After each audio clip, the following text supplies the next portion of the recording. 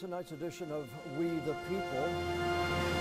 WECT's J.C. Caldwell highlights the 80th anniversary of the end of World War II and the people who helped win that war.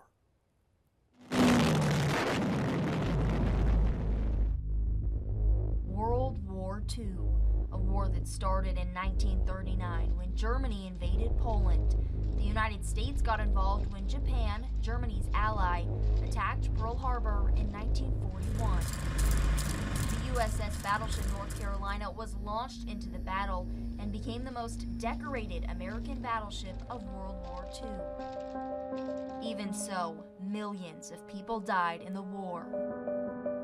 And millions of U.S. troops fought in it for our freedom. I didn't think enough people would remember that the World War II veteran. 20 years ago, if I told someone as a World War II veteran, they'd say, so what?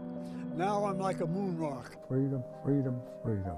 My, what a wonderful thing. The World War II troops still alive today, like the men you just heard from, are few and far between.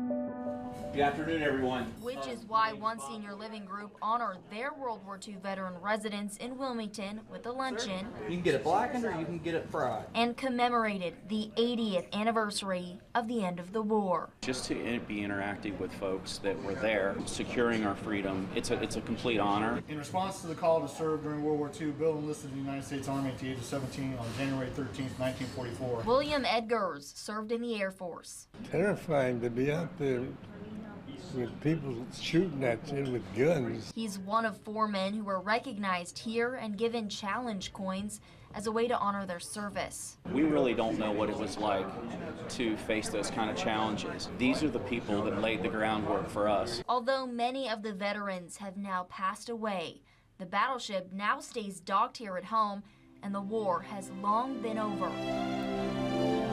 We should always remember these veterans and their service, even 80 years later. J.C. Caldwell. We want to let them know that we'll never forget their sacrifice. WECT News.